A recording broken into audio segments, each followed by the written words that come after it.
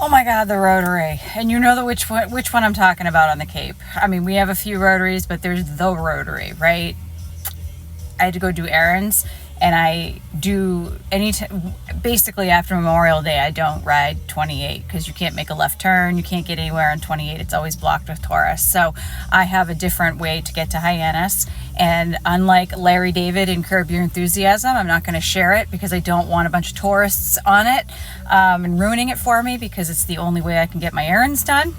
But usually, I'll go out my other way, and then I'll take my chances and come back on 28 through the Rotary. And I was doing that last week when I was going out there, and it's been fine. But oh my God, today, the tourists on the Rotary, and they're doing a ton of road work, which makes no sense to be doing this time of year at that particular intersection after the Rotary.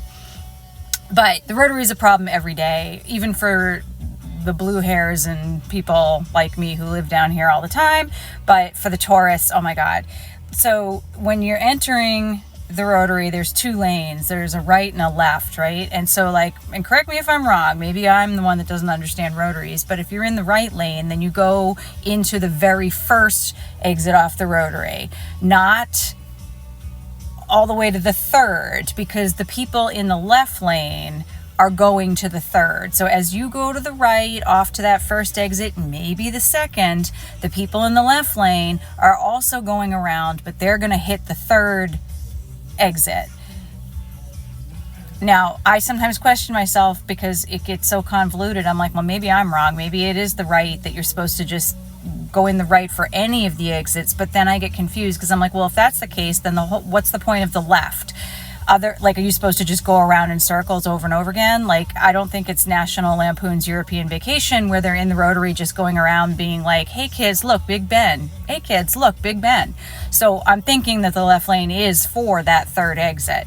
So today validated it, because I tried to do this and there was a huge backup into the Rotary of 2 lanes of cars trying to merge to that third exit. So you could tell that some came over from the right and some came from the left, and they're both blocking the full Rotary for that third exit, so that if you wanted to be the Griswolds and just go around in circles, it was blocked.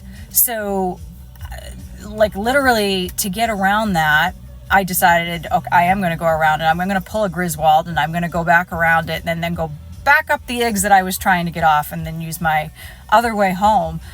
We had to literally drive on the median, on the Rotary grass, literally, thank goodness for the SUVs, right? Because that's what me and somebody else, we literally drove on the grass to get around this 2-lane merging nightmare to get into that to that third exit, while the second exit is trying to pour into the Rotary. So you can't, the left and right, lanes are not interchangeable. You don't just pick one and all go to the same place.